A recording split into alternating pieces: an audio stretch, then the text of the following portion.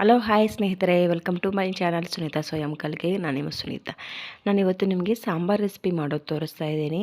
ಇದು ಪಕ್ಕ ಕೇರಳ ಸ್ಟೈಲಲ್ಲಿರುತ್ತೆ. ತುಂಬ ರುಚಿಯಾಗಿರುತ್ತೆ, ತುಂಬ ಈಸಿಯಾಗಿ ಮಾಡ್ಬೋದು ಸ್ನೇಹಿತರೆ. ಪ್ರೀವಿಯಸ್ ವೀಡಿಯೋದಲ್ಲಿ ನಾನು ಸಾಂಬಾರು ರೆಸಿಪಿ ಅಪ್ಲೋಡ್ ಮಾಡಿದ್ದೀನಿ.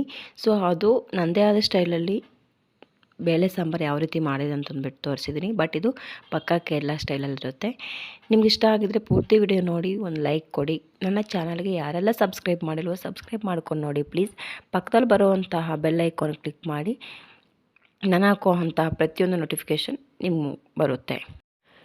ಈ ಸಾಂಬಾರು ದೋಸೆ, ಇಡ್ಲಿ, ಚಪಾತಿ, ಅನ್ನ, ಮುದ್ದೆ ಪ್ರತಿಯೊಂದಕ್ಕೂ ಒಂದು ಒಳ್ಳೆ ಕಾಂಬಿನೇಷನ್ ಅಂತಲೇ ಹೇಳ್ಬೋದು. ಅಷ್ಟೊಂದು ಚೆನ್ನಾಗಿರುತ್ತೆ, ಅಷ್ಟೊಂದು ರುಚಿಯಾಗಿರುತ್ತೆ ಸ್ನೇಹಿತರೆ. ನೀವು ಒಮ್ಮೆ ಟ್ರೈ ಮಾಡಿ ಹೇಗೆ ಬಂದಿದೆ ಅಂತ ನನಗೆ ಕಾಮೆಂಟ್ ಮುಖಾಂತರ ತಿಳಿಸ್ಕೊಡಿ. ತಡ ಮಾಡೋದು ಬೇಡ, ಯಾವ ರೀತಿ ಮಾಡಬೇಕು ಅಂತ ನೋಡೋಣ ಬನ್ನಿ. ಮೊದಲಿಗೆ ನಾನಿಲ್ಲಿ ಬೇಳೆನ 150 ಗ್ರಾಮ್ ಅಷ್ಟು ವಾಶ್ ಮಾಡಿ ನೆನೆಸಿಟ್ಕೊಂಡಿದ್ದೆ. ಅದನ್ನು ಕುಕ್ಕರ್ಗೆ ಹಾಕ್ತಾಯಿದ್ದೀನಿ. ಇವಾಗ ಸಾಂಬಾರು ಸೌತೆಕಾಯಿ ಈ ರೀತಿ ಸಣ್ಣ ಸಣ್ಣ ಕಟ್ ಮಾಡ್ಕೊಂಡಿದ್ದೆ, ಅದನ್ನು ಸ್ವಲ್ಪ ಹಾಕ್ತಾಯಿದ್ದೀನಿ. ಮುಳ್ಳಂಗಿನ ಈ ರೀತಿ ಕಟ್ ಮಾಡಿ ಅದನ್ನು ಸಹ ಹಾಕ್ತಾಯಿದ್ದೀನಿ. ನೆಕ್ಸ್ಟು ಬೀನ್ಸು, ರುಚಿಗೆ ತಕ್ಕಷ್ಟು ಉಪ್ಪು, ಒಂದೇ 1 ಟೇಬಲ್ ಸ್ಪೂನಷ್ಟು ಎಣ್ಣೆ. ನೀವು ಬೇಕಂದರೆ ಬೇರೆ ಬೇರೆ ತರಕಾರಿ ಇದ್ದರೆ ಕ್ಯಾರೆಟು, ನೌಕೋಳು ಏನಿದ್ರೂ ನೀವು ಹಾಕ್ಕೋಬೋದು, ತುಂಬ ಚೆನ್ನಾಗಿರುತ್ತೆ. ನೆಕ್ಸ್ಟ್ ನಾನಿಲ್ಲಿ ಸ್ವಲ್ಪ ಅರಿಶಿನ ಮತ್ತು ಉಪ್ಪು, ಎಣ್ಣೆ ಹಾಕ್ತಾಯಿದ್ದೀನಿ. ಈ ಎಣ್ಣೆ ಮತ್ತು ಉಪ್ಪು ಹಾಕೋ ಕಾರಣ ಬೇಳೆ ತುಂಬ ಚೆನ್ನಾಗಿ ಬೇಯುತ್ತೆ ಅಂತ. ನೆಕ್ಸ್ಟು ನಿಮ್ಗೆ ಎಷ್ಟು ಬೇಕೋ ಅಷ್ಟು ನೀರನ್ನು ಹಾಕ್ಕೊಳ್ಳಿ. ನಾನಿಲ್ಲಿ ಒಂದು ಟೊಮೊಟೊನ ಕಟ್ ಮಾಡಿಲ್ಲ, ಅದೇ ಡೈರೆಕ್ಟ್ ಹಾಕ್ತಾಯಿದ್ದೀನಿ. ನೆಕ್ಸ್ಟ್ ನೋಡಿ, ನುಗ್ಗೆಕಾಯಿ ಕಟ್ ಮಾಡ್ಕೊಂಡಿದ್ದೆ ನಾನು. ಡೈರೆಕ್ಟ್ ನಾನಿಲ್ಲಿ ತರಕಾರಿಗೆ ಹಾಕ್ತಾಯಿಲ್ಲ, ಒಂದು ಬಾಕ್ಸ್ಗೆ ಹಾಕ್ಬಿಟ್ಟು ಅದಕ್ಕೆ ಸ್ವಲ್ಪ ಉಪ್ಪನ್ನು ಸೇರಿಸಿ ಈ ರೀತಿ ಇಡ್ತಾಯಿದ್ದೀನಿ. ಯಾಕಂದರೆ ಬೇಳೆ ಜೊತೆ ತುಂಬ ನುಣ್ಣಗಾಗೋಗುತ್ತೆ ನುಗ್ಗೆಕಾಯಿ.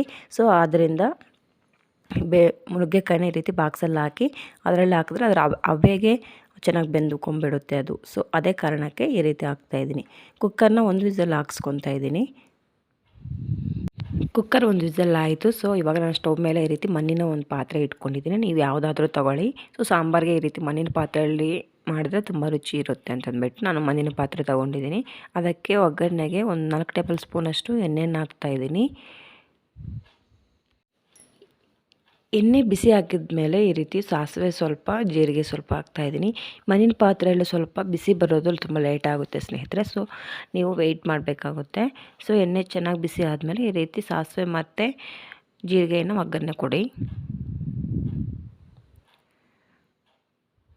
ನಿಮ್ಮೆಲ್ಲರಿಗೂ ನನ್ನ ವೀಡಿಯೋಸ್ ಇಷ್ಟ ಆಗಿದ್ದರೆ ಚಾನಲ್ ಸಬ್ಸ್ಕ್ರೈಬ್ ಮಾಡ್ಕೊಂಡು ನೋಡಿ ಪ್ಲೀಸ್. ಪೂರ್ತಿ ವಿಡಿಯೋ ನೋಡಿ ಒಂದು ಲೈಕ್ ಕೊಡಿ. ನೆಕ್ಸ್ಟು ಒಂದು ಈರುಳ್ಳಿ, ಮೀಡಿಯಮ್ ಸೈಜ್ ಈರುಳ್ಳಿ ಕಟ್ ಮಾಡ್ಕೊಂಡಿಟ್ಟಿದ್ದೆ, ಅದನ್ನು ಹಾಕ್ತಾಯಿದ್ದೀನಿ. ಒಣಗಿರೋ ಮೆಣಸಿನ್ಕಾಯಿ ಹಾಕ್ತಾಯಿದ್ದೀನಿ ಸ್ವಲ್ಪ. ನೆಕ್ಸ್ಟು ಕರಿಬೇವು ಸೊಪ್ಪು, ಫ್ರೆಶ್ ಆಗಿರೋ ಕರಿಬೇವು ಸೊಪ್ಪು ತಗೊಳ್ಳಿ ಆದಷ್ಟು. ಸಾಂಬಾರು ರೆಸಿಪಿ ತುಂಬ ಚೆನ್ನಾಗಿರುತ್ತೆ. ಸೊ ಟೊಮೊಟೊ ಒಂದು ಕಟ್ ಮಾಡಿ ಹಾಕ್ತಾಯಿದ್ದೀನಿ. ನಿಮಗೆ ಇಲ್ಲೊಂದು ಟಿಪ್ ಹೇಳ್ತಾ ಇದ್ದೀನಿ ಸ್ನೇಹಿತರೆ.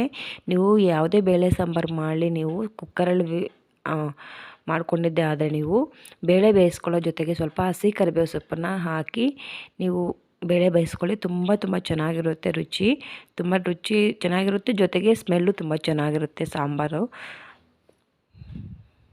ನೆಕ್ಸ್ಟ್ ಇಲ್ಲಿ ಟೊಮೊಟೊ ಮತ್ತು ಈರುಳ್ಳಿ ಎಲ್ಲ ಸ್ವಲ್ಪ ಬೆಂದ ಮೇಲೆ ಸ್ವಲ್ಪ ಸಾಂಬಾರು ಪುಡಿ ಒಂದು 4 ಟೇಬಲ್ ಸ್ಪೂನ್ ಹಾಕ್ತಾಯಿದ್ದೀನಿ. ಖಾರ ಸ್ವಲ್ಪ 1-2 ಟೇಬಲ್ ಸ್ಪೂನ್ ಹಾಕ್ತಾಯಿದ್ದೀನಿ. ಸ್ವಲ್ಪ ಧನಿಯಾ ಪುಡಿ ಹಾಕ್ತಾಯಿದ್ದೀನಿ. ಸ್ವಲ್ಪ ಇಂಗು ಹಾಕ್ತಾಯಿದ್ದೀನಿ. ಇಂಗು ಮೇನ್ ಇಂಪಾರ್ಟೆಂಟ್. ಸಾಂಬಾರು ರೆಸಿಪಿಗೆ ಇಂಗು ಹಾಕೋದ್ರಿಂದ ಸಾಂಬಾರು ರುಚಿ ಜಾಸ್ತಿ ಆಗುತ್ತೆ, ಚೆನ್ನಾಗಿರುತ್ತೆ. ನೀವು ಪಕ್ಕ ನಿಮ್ಮ ಹೋಟೆಲ್ ಸ್ಟೈಲಲ್ಲಿ ಯಾವ ರೀತಿ ನೀವು ಒಂದು ರುಚಿಯನ್ನು ಎಕ್ಸ್ಪೀರಿಯೆನ್ಸ್ ಮಾಡ್ತಿರೋ ಸೇಮ್ ಅದೇ ಥರ ಇರುತ್ತೆ ನೀವು ಈ ರೀತಿ ಇಂಗು ಹಾಕೋದ್ರಿಂದ. ನೋಡಿ, ಈಗ ನಾವು ಆಲ್ರೆಡಿ ಬೇಯಿಸಿಟ್ಕೊಂಡಿರೋಂತಹ ತರಕಾರಿ ಬೇಳೆನ ಈ ರೀತಿ ಆ್ಯಡ್ ಮಾಡ್ತಾಯಿದ್ದೀನಿ. ನಿಮ್ಗೆ ಎಷ್ಟು ಬೇಕೋ ಅಷ್ಟು ನೀರನ್ನು ಹಾಕ್ಕೊಳ್ಳಿ ಸ್ನೇಹಿತರೆ. ಬೇಳೆ ಎಲ್ಲ ತುಂಬ ಚೆನ್ನಾಗಿ ಬೆಂದಿದೆ, ತರಕಾರಿ ತುಂಬ ಚೆನ್ನಾಗಿ ಬೆಂದಿದೆ. ಸೊ ಇವಾಗ ನಿಮ್ಗೆ ಎಷ್ಟು ಬೇಕೋ ಅಷ್ಟು ನೀರು ಹಾಕ್ಕೊಳ್ಳಿ. ನೋಡಿ, ನುಗ್ಗೆಕಾಯಿ ಸ್ವಲ್ಪನೂ ನುಣ್ಣಗಾಗಿಲ್ಲ. ಸೊ ಈ ರೀತಿ ಮಾಡ್ಕೊಳ್ಳೋದ್ರಿಂದ ನಮಗೆ ಸಾಂಬಾರಿಗೆ ನುಗ್ಗೆಕಾಯಿ ನುಣ್ಣಗಾಗದಿರೋ ತುಂಬ ಚೆನ್ನಾಗಿರುತ್ತೆ ರುಚಿಯಾಗಿ. ಫೈನಲಿ ನುಗ್ಗೆಕಾಯಿ ಹಾಕಿ ನಿಮ್ಗೆ ಎಷ್ಟು ಬೇಕೋ ಅಷ್ಟು ನೀರು ಹಾಕ್ಕೊಂಬಿಟ್ಟು ರುಚಿಗೆ ತಕ್ಕಷ್ಟು ಉಪ್ಪನ್ನು ಸೇರಿಸ್ಕೊಂಡ್ರೆ ಸಾಂಬಾರು ರೆಸಿಪಿ ರೆಡಿ ಆದಂಗೆ.